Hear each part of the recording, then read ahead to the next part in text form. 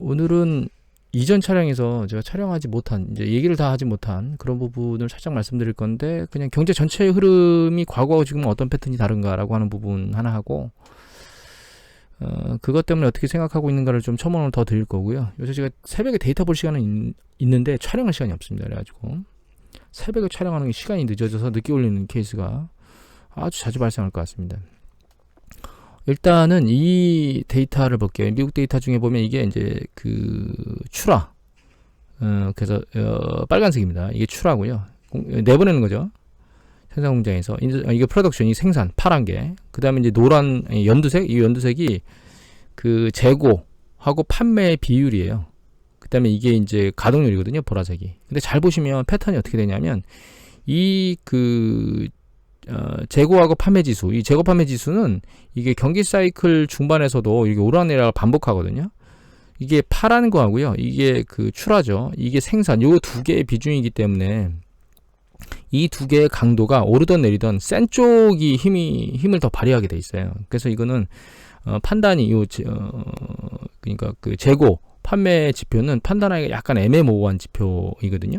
그런데 이제 생산을 보면, 출하하고 이제 생산을 보면 일정 부분 경기 사이클 전에 이렇게 내려가거나, 두 개 중에 하나가 올라간다 하더라도 하나가 약간 둔화되거나, 여기 보시면 생산이 오르다가 오르지를 못하고 지금 옆으로 개걸음을 치고 있죠. 그렇죠? 쭉 너무 약한가요? 보이는 게 이렇게 늘려볼까요? 예. 조금씩 올라오고 있죠. 올라오고 있다 어느 순간에 딱 서서 경기 수축 전에 이렇게 멈춰 있잖아요. 이런 부분은 가동률도 동일합니다. 결과적으로 생산이 멈추면 가동도 줄이는 패턴을 보이기 때문에 같이 동반적으로 일어나거든요. 그래서 장기적으로 놓고 보면 실제 공장이 돌아가고 안 돌아가고에 대한 부분들을 우리가 판단할 수 있어요, 지금 사실은. 근데 이 최근 패턴을 보면, 최근은 이 눈에서도 보이지만 이게 눈에 띄게 떨어지는 현상이 없이 추세적으로 지금 올라가고 있거든요. 가동률도 마찬가지고 생산도 마찬가지고 출하도 마찬가지예요. 다만 이 출하하고 생산의 강도가 다르기 때문에 이 부분 그러니까 재고 판매 부분의 움직임이 좀 다를 수는 있습니다. 그리고 이거는 이제 눈으로 보이는 데이터가 아니에요. 제가 이걸 눈으로 가시적으로 볼 수 있게 막 데이터들을 조작했거든요. 곱하기 나누기 해놨기 때문에 옆에 보이는 수치가 정확한 수치가 아닙니다. 원래 수치가. 그래서 지금은 실물 경제에서 움직이는 생산이나 출하나 이런 부분들이 그 경기 사이클의 수축 국면을 아주 근시일에 볼 수 있다라고 하는 거는 눈에 안 보이는 상황이에요. 이게 일반적으로 이제 그 가계 소비, PC 지출도 있지만 PC 지출 보면 추세적으로 일단 괜찮은 규모를 패턴을 보이고 있거든요. 지금은 근시일 내에 경기 수축이 발생할 거라고 하는 게 가계하고 기업 간의 움직임에서는 지금 나타나지는 않고 있습니다. 두 번째는 이게 연체율이에요. 연체율은 잘 보시면 일정 부분 경기 사이클이 수축 국면에 진입하려고 하면 이렇게 좀 들리는 영역이 생기게 돼요. 여기 보면 들리죠. 일정 영역이 보시면, 자 이렇게 깎아볼까요? 열어볼까요? 예, 추세적으로 바닥을 치고 쭉 전반적으로 올라가죠. 물론 위에 있는 이 그 커머셜 짙은 파란색 이거죠. 크레딧 카드 영역도 들리고 있었고, 이것도 들렸다 내렸다 하는데 전체적으로 추세를 놓고 보면 추세적으로 올라가요. 경기 사이클이 수축되는 그런 패턴을 보려면. 장기적으로 놓고 보면 여기는 확연히 더 드러났죠. 글로벌 금융위기 때는. 지금은 이건 이제 들리고 있었는데 코로나 팬데믹 터지면서 급격하게 뚝 떨어진 거고, 지금은 패턴이 약간 들리는 게 있긴 하지만, 좀 당겨볼까요? 이렇게 여기서 보면 추세적으로 이제 들리고 있었죠. 여기는 바닥을 치고 있고 여기는 들리고 있고 밑에 거는. 지금은 패턴을 보면 들리고 있는 영역이 있긴 있습니다. 이 크레딧 카드 이겁니다. 이거 제일 위에 거 이거 크레딧이 살짝 들렸죠. 그 밑에 있는 연두색이 소비자 신용이거든요. 이것도 살짝 들리는 패턴을 보이고 있긴 하지만 약간 둔화됐어요. 직전 분기에는. 근데 전체적인 패턴을 놓고 보면 일단 그 자기가 이전에 있었던 수준의 하단 부분에 있어요. 지금 연체율은. 그리고 개인 소비를 그냥 부분적으로 뜯어놓고 보면 개인 소비가 쭉 떨어졌죠, 연체율이. 코로나 팬데믹 이후에 오히려 더 밑으로 빠졌어요, 연체율이.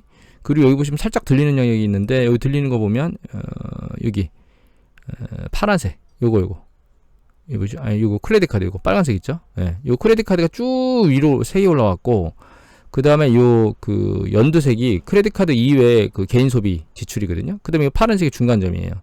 그러니까 크레딧 카드 쪽은 연체율이 좀 올라가고 있는데 그 나머지 것들이 안 올라가면서 버티고 있는 상황입니다. 그 다음에 이 보라색은 주택 모기지 관련된 연체율이거든요. 그건 계속 빠지고 있어요, 추세적으로. 그러니까 일반적으로 보면 연체율이 이렇게 올라가는 패턴을 좀 보여주거든요. 어떤 형태로도. 뭐 이건 상당히 좀 덜했는데 끝판에 쭉 밀고 올라갔죠. 특히 이제 크레딧 카드 쭉 밀고 올라가죠. 끝판에. 이런 패턴들이 그리고 이제 높았고요. 상대적으로. 이런 부분인데 보이는데 지금 신용 부분의 그러니까 부실 상황도 경기의 끝자락에 와 있다라고 인지하기에는 아직은 명확한 시그널이 없는 상황입니다. 사실은. 그러니까 산업 생산이나 이런 가계하고 기업 간의 선순환 구조도 깨졌다고 보이는 게 현재로서는 없는 상황이고요. 신용 패턴 안에서 놓고 봐도 지금 당장 뭔 위기가 발생한다거나 큰일이 터질 것이다 라고 하는 것이 시각적으로 확연히 드러나는 건 없는 상황입니다. 이러니까 결과적으로 이제 그 은행의 대출 태도거든요. 이거 이미 보여드렸지만 이게 대출 태도가 심하게 강화돼서 이 중심점, 그러니까 이게 이제 타이트한 거하고 느슨한 거하고 동일할 때 여기가 나오거든요. 중앙점이. 그 패턴 위로 아직은 안 올라갔어요. 그러니까 이거 무슨 얘기냐면 경기가 신용 팽창이 충분히 안 이루어진 상태에 있다는 뜻입니다. 현재로서는. 그리고 그 상태에서 기업이나 가게나 돈을 이자를 못 낼 정도의 상황이 현재 돌입되어 있는 건 아니다 이런 뜻이거든요. 그리고 또 한 가지를 더 보여드리면 이게 기준금리 3개월, 1년, 10년 그 다음에 소비자 물가상승률이에요. 근데 이제 옛날 패턴을 보면 패턴이 이렇게 일어나죠. 그래서 좀 90년대 후반부터 이렇게 쭉 보면 기준금리를 내리고 나서요. 이게 이제 수렴하죠. 위로 붙어서. 그리고 여기서는 금리가 내려오는 패턴이었고 실제로는 이제 IT 버블 붕괴 이후의 패턴이 지금하고 좀 상이할 수 있는데 잘 보시면 이렇게 여기 10년 국채수입니다. 얘가 우리 파란색 요거 이렇게 움직이는 거 이게 CPI 지수고요. 그다음에 이제 밑에 있는 게 단기금리하고 기준금리 순서대로 있는 거고. 그래서 출구 전략을 하고 나면 그 뒤에 일정 부분의 기간을 두고 수렴하게 돼 있어요. 점진적으로. 이게 올라가는 강도 10년 국채수는 위에서 크게 움직임 변동폭이 적지만 단기금리가 쭉 끌려 올라가면서 붙게 돼 있거든요. 이게 이제 시장의 자금 수요가 커지면서 올라가는 겁니다. 여기도 마찬가지예요. 쭉 움직이고 있는데 여기서 추구 전략이 일어나고 나면 그 뒤로 이 10년 국채수의 방향은 그냥 일반적으로 오르락내리락이고 단기금리의 자금 수요가 늘어나면서 쭉 올라가면서 이 수요가 수렴하게 돼 있거든요. 근데 최근에 보면 최근 출구 전략이 일어났죠. 우리가 출구 전략 일어난 게 지금 3월 달부터니까 급진적으로 팍 올라가고 있잖아요. 과거에는 뭐 이게 최소한 1년 이상의 기간 동안 이게 금리 수렴이 필요했는데 이거는 그렇지 않다는 거예요. 그러니까 지금 현재 그 금리의 인상 속도는 사실은 시장의 자금 수요라는 관점보다는 물가 상승 압력이라는 관점에 훨씬 더 몰입되어 있는 상황이거든요.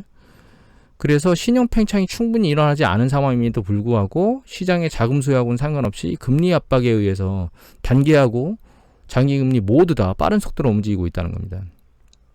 그런데 거기에 단기금리 움직임의 속도가 굉장히 더 빨리 움직이고 있어서 자금 수요에 대한 움직임이기보다는 오히려 투자자들이 이 채권 시장 쪽에 몰리는 그러니까 금리 인상 쪽에 베팅하는 그런 쪽에 영향을 더 받고 있다. 왜냐하면 이 경제가 아직 크게 연체율이 늘어난다거나 이런 패턴을 보이고 있지 않거든요. 근데 우리가 여기서 해석해야 될 건 이런 상황에서 물가 상승률이나 이런 것들이 높은데 여기 장기금리가 쭉 상대적으로 미진하게 올라갔거든요. 이게 더 위로 올라가서 이 장단기 스프레드가 벌어질 수는 있어요. 이건 이제 그러니까 10년하고 2년 국채 수익률하고 그다음에 10년하고 3개월 국채 수익률 스프레드거든요. 파란 거는 10년하고 2년, 빨간 게 10년하고 3년입니다. 10년하고 2년은 스프레드가 급격히 줄어가지고 이제 제로점까지 내려갔다가 다시 올라오고 있고 10년하고 3개월 국채 수익률은 그렇지 않은 패턴인데 일반적으로 같이 움직이죠. 사실 같이 움직이는데 이게 그렇지 않은 거죠. 근데 지금 요 같이 움직이지 않는 명확한 거는 지금 그러니까 기준금리 인상 속도가 너무 느렸다는 거 하나.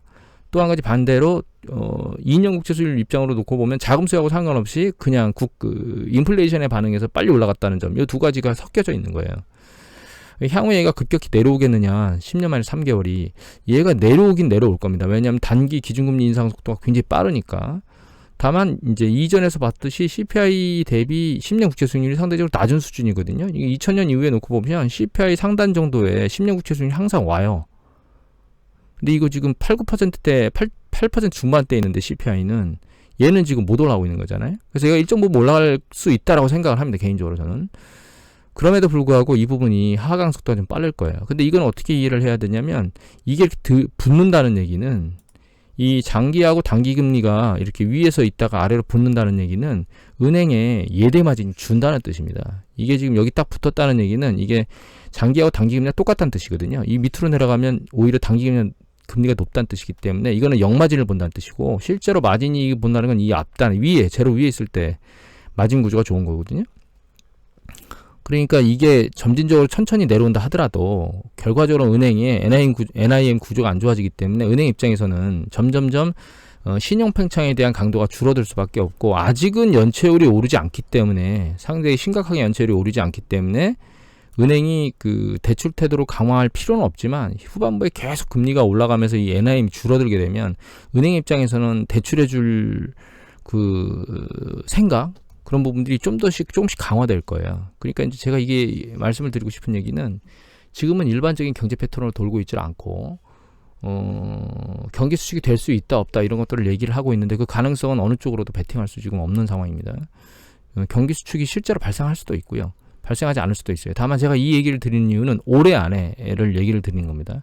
내년에는 경기 수축될 발생 가능성이 굉장히 높은 거예요. 왜냐하면 금리가 굉장히 빨리 올라갈 거기 때문에 선순환 구조가 깨질 거예요. 은행에서 대출이나 신용 팽창 구조가 잘 안 만들어질 거고, 거기에 지금 이제 이 물가 상승 압력이나 이런 부분, 그 다음에 또 모기지론이 상당히 많이 올랐잖아요. 그 이자율이. 그런 것들이 이미 말씀드린 차입 비용이 굉장히 증가할 거기 때문에, 그런 것 때문에 연체율을 끌어올릴 수 있는 가능성이 농후해진다고 보셔야 돼요. 그러니까 일단 모기지론 자체는 어떻게든 내야 되니까 감안하는데, 그 부담감 때문에 다른 걸 내지 못하는, 뭐 카드라든가 오토론이라든가 이런 다른 신용대출 감당하지 못하는 부분이 후반부로 가면 계속 늘어날 것 같고, 그 연체율이 올라가게 되면 금리 인상에 따른 NIM 감소하고, 그다음에 그 연체율 증가, 그로 인해서 결과적으로 대출 태도가 강화되는 패턴으로 가게 될 겁니다. 그러니까 내년도에는 이 상황이 그냥 눈에 띄게 전개될 거라는 생각을 하고 있는 거예요. 그리고 지금 인플레이션 압력 때문에 일정 부분 그 구매에 대해서 그 약간 위축되고 있는 현상들이 보이고 있는데, 이미 말씀드렸듯이 돈이 있는 사람들 같은 경우에는 그 구매에 부담감이 없는데, 서민들 같은 경우에는 구매 강도에 부담감이 있어서 재고가 잘 빠지지 않고 있고, 그런 부분 때문에 생산이 약간씩 둔화될 수 있는 가능성을 가지고 있는 거거든요. 그럼 가동률이 떨어지면서 생산이 약간 둔화되는 그런 패턴. 그리고 테슬라나 넷플릭스나 해고한다는 얘기들이 나왔는데, 아직 그 잡컷을 보여드렸죠. 잡컷을 보여드리면서 아직은 해고 강도가 세진 않지만, 문제는 이게 선순환 사이클로 다시 되돌아오기보다는 일정 부분 다시 구조가 만들어지기 전까지는 해고의 패턴이 점점점 늘어날 가능성이 높다는 겁니다. 제가 조용하라는데요. 그래서 결과적으로는 시간이 지나면 지날수록 경기 수축 가능성은 해소가 되는 게 아니고요, 점점점 누적적으로 쌓여 있을 거라는 패턴을 하고 있고, 그래서 이제는 우리가 포커스를 내년도까지 쳐다보면서 긍정적인 패턴의 부분, 그 다음에 공격적인 패턴의 부분보다는 이제는 어떤 형태로든 보수적 패턴으로 움직여야 되는 게 맞다라고 지금 결정을 한 상황이고요. 다만 그렇다고 해서 지금 단기간에 뭔 일이 터지겠느냐, 그 생각은 아직 안 하고 있습니다. 말씀드렸듯이 상당히 많은 부분 내려왔기 때문에 기술적 반등은 반드시 있어야 된다고 보고 있고, 반등을 할 때 그때 포지션을 줄여야 된다는 생각은 하고 있습니다. 그렇다고 이제 추세적인 붕괴가 100% 없느냐, 그것도 지금 말하기가 녹록치는 않아요. 근데 지금 이제 보듯이 실제 실물 경제의 움직임이 그렇게 박살이 날 정도로 상황이 일어나고 있는 것이 아니거든요. 신용 부분도 마찬가지고, 그래서 붕괴 위험성은 상대적으로 극히 적다고 보고 있는 겁니다. 그리고 내려올 만치 내려왔기 때문에 일정 부분은 기술적으로 반등해야 된다고 하는 부분들을 생각하고 있는 거고, 그래서 지금 말씀드린 것처럼 정리해 보면, 일단은 이제 비상체제, 원래 통상적이라면 장단기 금리가 역전이 되고, 여기 보시면 장단기 금리가 역전이 되고, 그 다음에 연체율이 이렇게 들리기 시작하는, 일정 부분 어떤 영역에서인가 들리기 시작하는 이런 패턴들이 보이고, 이런 것들이, 그리고 이제 이 대출 태도가 좀 강화돼서 윗단으로 올라가고 있고, 여러 지역이 이런 상황에서 보여야 되는, 한 가지 더 말씀드리면, 가동률이 증가하지 못하고 생산이 둔화되고 있거나 가동률이 옆에 이제 횡보하는 혹은 하락하는 이런 패턴들이 보이는, 이런 시기에 발동해야 되는 위험자산의 점진적인 축소의 패턴을 이제는 명확하게 생각하고 액션을 취해야 된다, 이렇게 정리를 해드리면 될 것 같아요. 하반기에 그 인플레이션 압력이 잡혀서 주식시장이 우리가 지금은 정말 상상할 수 없을 정도로 강한 세차게 반등을 한다 하더라도, 그거를 즐거운 마음으로 쳐다보는 게 아니고, 그걸 이용해서 현금 포지션을 상당히 늘릴 수 있는 그런 부분으로 우리가 포커스를 둬야 되고요. 추가적으로 더 말씀드리면 아직은 10년 국채로 포트폴리오를 이동시키는 것은 이 올라갈 여력이 10년 국채 수익률이 남아있다고 생각하기 때문에 지금은 아닌 것 같고요. 제 생각에는 10년 국채 수익률이 4%는 넘어서야 그때부터 한번 잡아야 될 10년 국채로 넘겨야 되지 않을까 이런 생각을 해야 되는 게 아닌가라는 생각을 하고 있고, 환율 같은 쪽에서 놓고 보면 환율은 이미 2번 앞에서 정리해드린 게 있죠. 2단 상승을 할 수 있다라는 거. 그 다음에 조정받은 다음에 상승 국면에서도 환율은 내려가는 게 아니고 올라갈 수 있습니다. 그래서 그게 내려가는지 올라가는지의 모니터링을 좀 강화해야 됩니다. 최근 추세를 보면 이제 1300 깨졌다고 난리를 치고 있는데, 여기서 주식이 반등할 때 환율이 꾸물꾸물 내려오는지 아니면 내려오질 않고 꾸물꾸물 다시 반등해서 올라가는지. 그래서 반등해서 올라간다 그러면 그 시점에 달러 포지션, 그러니까 USD 달러를 잡는 게 맞을 것 같고요. 추세적으로 꾸물꾸물 내려오면 반등해서 터닝해서 올라가는 그 타이밍을 딱 잡아서 환전하는 그런 패턴을 해야 될 것 같아요.